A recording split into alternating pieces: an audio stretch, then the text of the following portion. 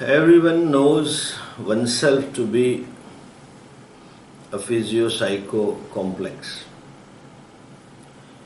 When one knows himself or herself to be this physio-psycho complex, one has a unique body, one has unique thinking, unique knowledge, unique attitude, unique values, unique sex, unique religion, unique religious identity, unique creed, unique nationality, etc. Even the biography is unique. And in the creation also we find things are so different. We human beings are different from all species and all objects of the world. And amongst the human also, no two human beings are same. As they say, even the fingerprints are always different. Each object is different. Each cosmic force is different from the other. Thus, there are differences and you can say diversity as well.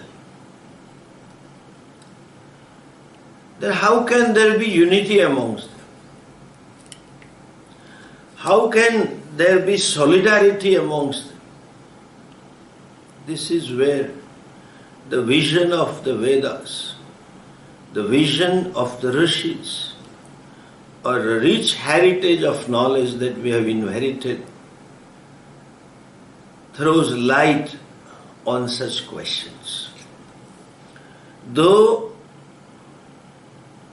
everything is different, in a way distinct, but the vision of the Shastras, and which has been confirmed as their own direct experience by generations of wise men, beginning from Narayana onwards, that Ishavasyam idam sarva.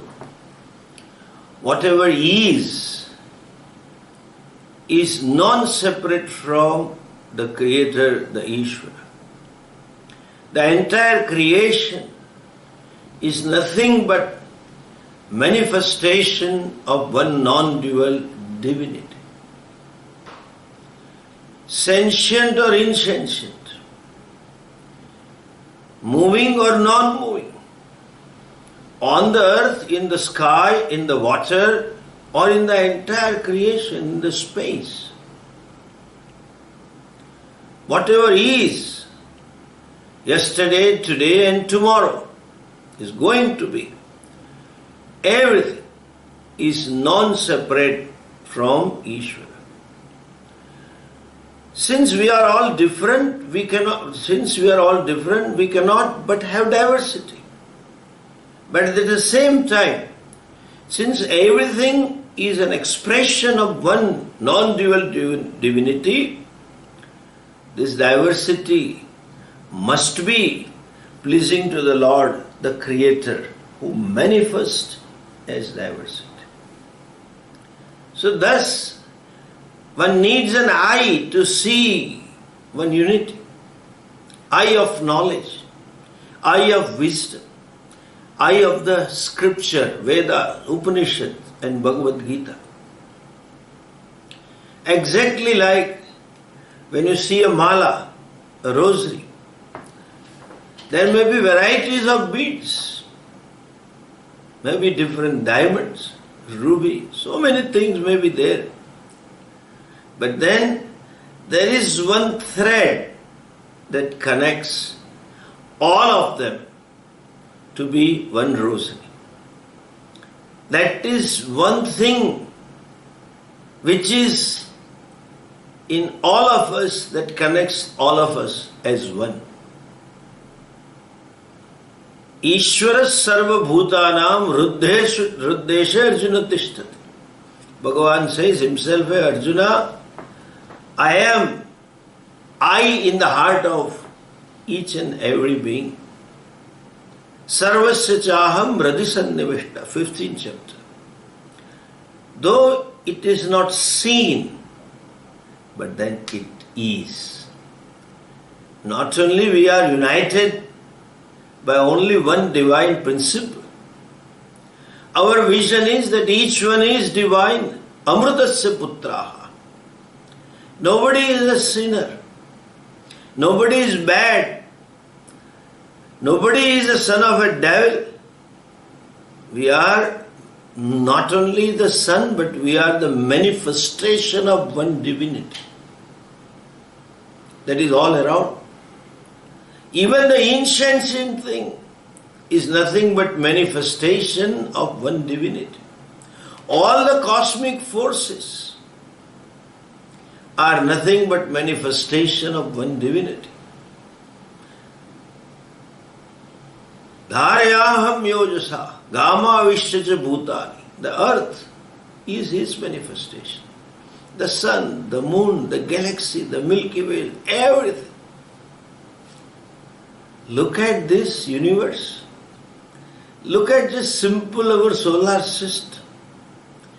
In this, you have to think in 3 dimensions.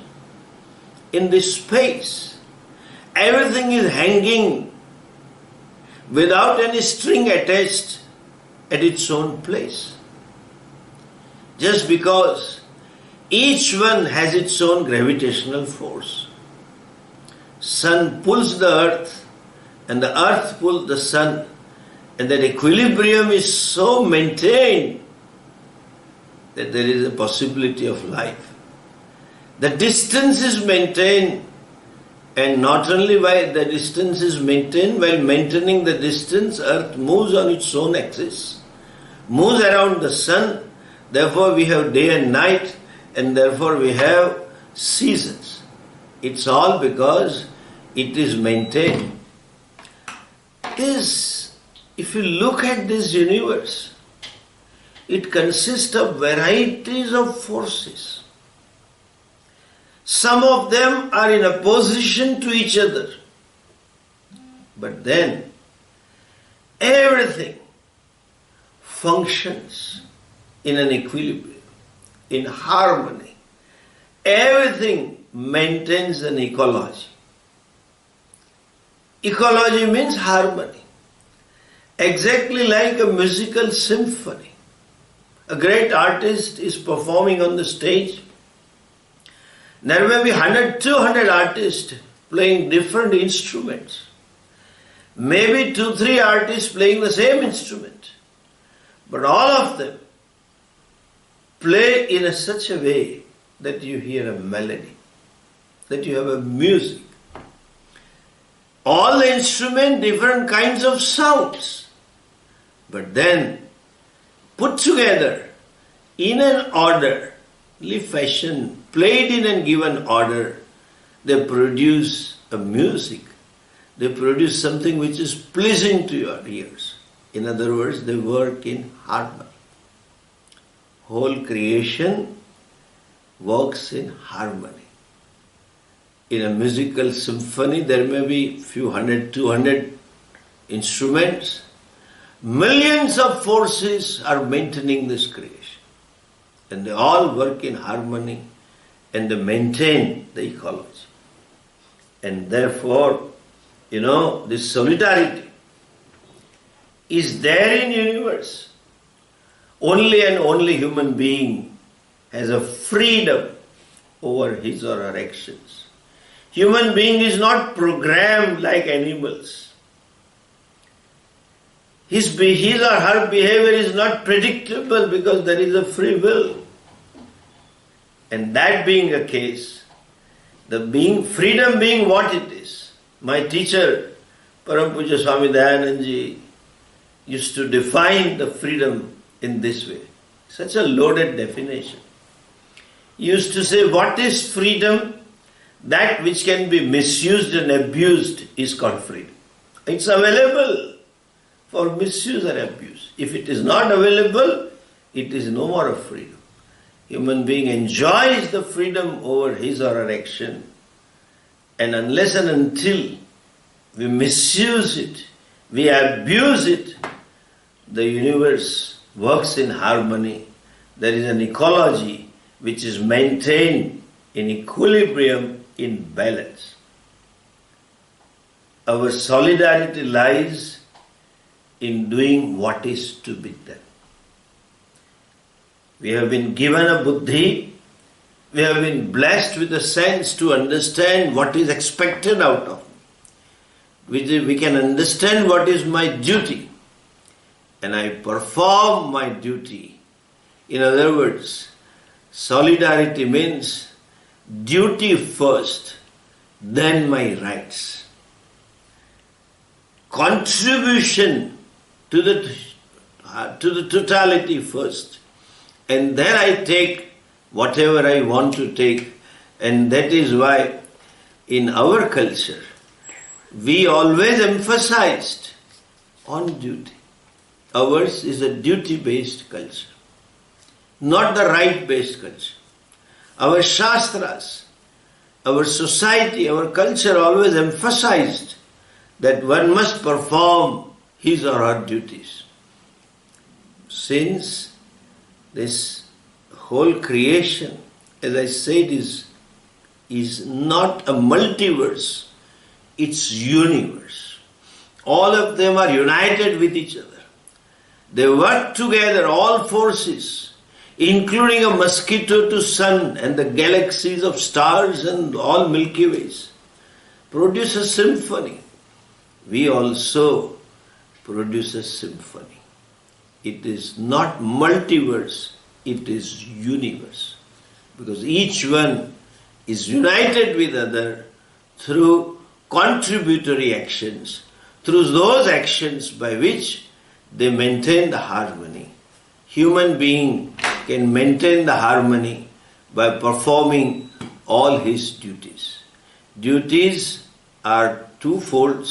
One, the duties that is enumerated by Shastra as Varnashram Dharma. What is your position? What is your status in the society? And you are expected to do. And second is common sense Dharma. Common sense ethics. These duties towards the nation, duty toward my fellow being may not be so vividly enumerated in the Shastra because it keeps changing. And for that, as I said, we have been gifted with a common sense, and you can sense it out and we can perform it. So, this is the time. Unfortunately, we have created a new culture, where culture of freedom. But then, freedom, I find sometimes, is abused or misused to the extent of licentiousness, to the extent of selfishness, to the extent of me and myself only, or me and my only. That vision needs to be expanded. We have to have a new culture where it is we and then myself. With this prayer I conclude my short talk. Sarve bhavantu sukhinaha, sarve santu niramayaha, sarve bhadrani pashyantu, ma kaschit dukkha bhag bhave. I thank and appreciate Gayatri Pariwar for organizing such a conference, in a way, I would say, in a big way, and as having such a nice topic. With namaskar to Gayatri Mata and best wishes to entire Gayatri Pariwar. Namaste.